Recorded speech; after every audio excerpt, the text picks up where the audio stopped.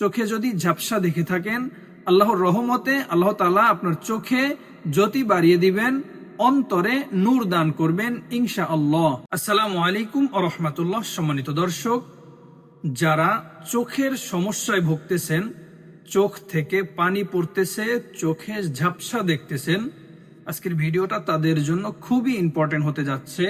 তাই কেউ স্কিপ না করে সম্পূর্ণ ভিডিওটি শেষ পর্যন্ত দেখুন। ইনশাআল্লাহ এই কোরআনিক আমলের মাধ্যমে আল্লাহ তাআলা হেফাজত করবেন, চোখের জ্যোতি বাড়িয়ে দিবেন এবং অন্তরে নূর দান করবেন ইনশাআল্লাহ।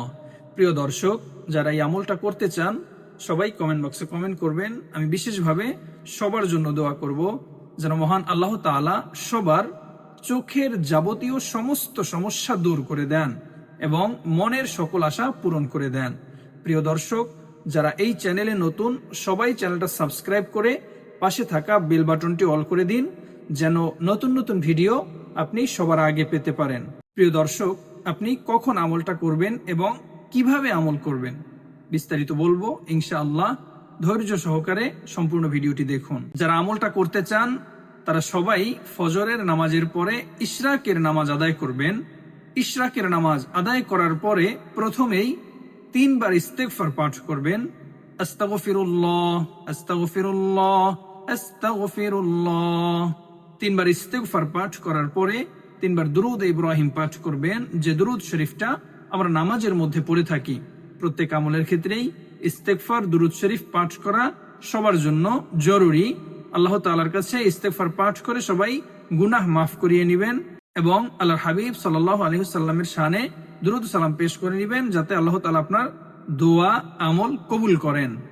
তো 3 বার দুরূদ ইব্রাহিম পাঠ করবেন এভাবে: আল্লাহুম্মা সাল্লি আলা মুহাম্মাদিন ওয়া আলা আলি মুহাম্মাদ কামা সাল্লাইতা আলা ইব্রাহিম ওয়া আলা আলি ইব্রাহিম ইন্নাকা হামিদুম মাজিদ।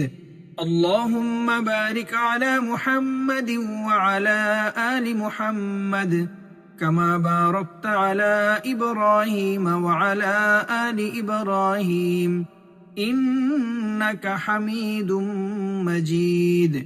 এভাবে সহি শুদ্ধভাবে 3 বার দুরূদ ইব্রাহিম পাঠ করবেন। 3 বার দুরূদ শরীফ পাঠ করার পরে 500 বার পাঠ করবেন আল-যাহিরু আল-যাহিরু আল-যাহিরু আল-যাহিরু।